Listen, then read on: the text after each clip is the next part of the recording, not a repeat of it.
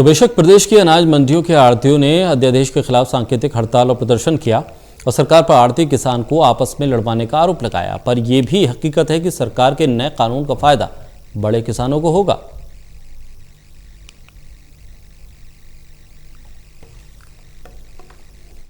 किसान के लिए खेत उपज पैदा करने और मंडी उपज को बेचकर परिवार के भरण पोषण और उसकी दूसरी जरूरियात को पूरा करने का जरिया है।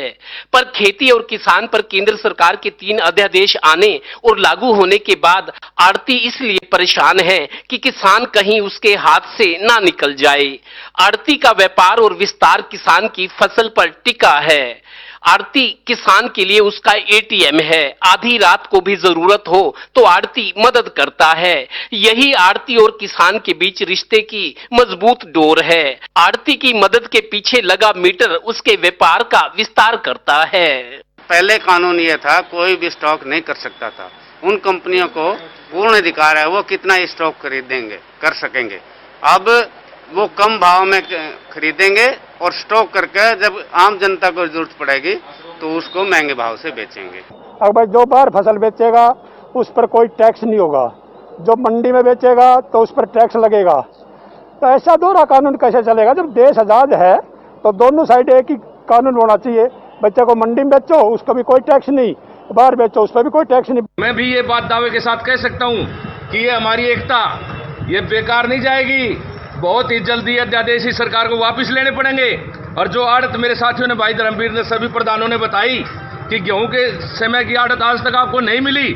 ये भी कि आढ़ती बहुत से किसानों का आज भी साहूकार है। आढ़त की दुकान पर तपती दोपहर में आराम करना, चाय पानी हुक्का सब कुछ उपलब्ध रहता है। एक एक आढ़ती ने बहुत से किसानों को लाखों रुपए ब्याज पर दिए हुए हैं। बदले में उसकी जमीन रहन भी रहती है। यानी आढ़ती कितना भी रोए पर किसान उसकी कमाई का जरिया है। इसमें कोई छोटे किसानों को कोई बेनिफिट नहीं है, ज्यादा बेनिफिट है बड़े आदमी को बेनिफिट है, छोटे आदमी को किसी को बेनिफिट नहीं है। इस रोजगार को खत्म करने के लिए आईएएस ने भी अपनी यूनियन बना रखी है। सरकारें भी अपनी लड़ाई लड़ती हैं। जब इनकी सरकार चली जाती है तो पूरे एमएलए ने ले गए कोर्ट के बाहर और एसोसिएशन के बाहर धरने देते हैं कि नहीं देते हैं? देते हैं कि नहीं देते हैं? तो आज आढ़ती और किसान मजदूर और मुनीम का भी ये धरना है। अब ये हाल ही की बात है कि करनाल में जीरी आई हुई थी, तो उसका जो समर्थन मूल्य जो सरकार द्वारा घोषित किया गया वो 1700 कुछ रुपए घोषित किया गया, मगर वो फसल को आढ़ती 900 रुपए पर क्विंटल के हिसाब से खरीद रहे हैं।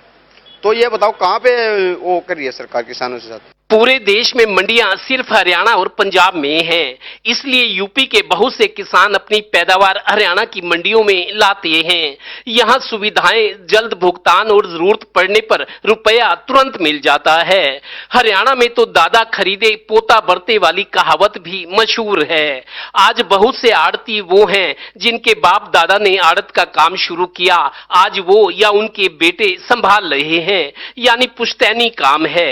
इसलिए आढ़ती हो, उसका मुनीम, मजदूर या किसान, सभी पुरानी व्यवस्था बनाए रखना चाहते हैं। इसलिए एक तरफ दिल्ली और दूसरी तरफ चंडीगढ़ का विरोध हो रहा है, जबकि मोटे तौर पर किसान इतना विरोध नहीं कर रहा। ये कहीं ना कहीं उसके लिए फायदेमंद भी हो सकता है। सहयोगी श्रीनिवास के साथ Devendra Kathoria, total news, Panipat bureau.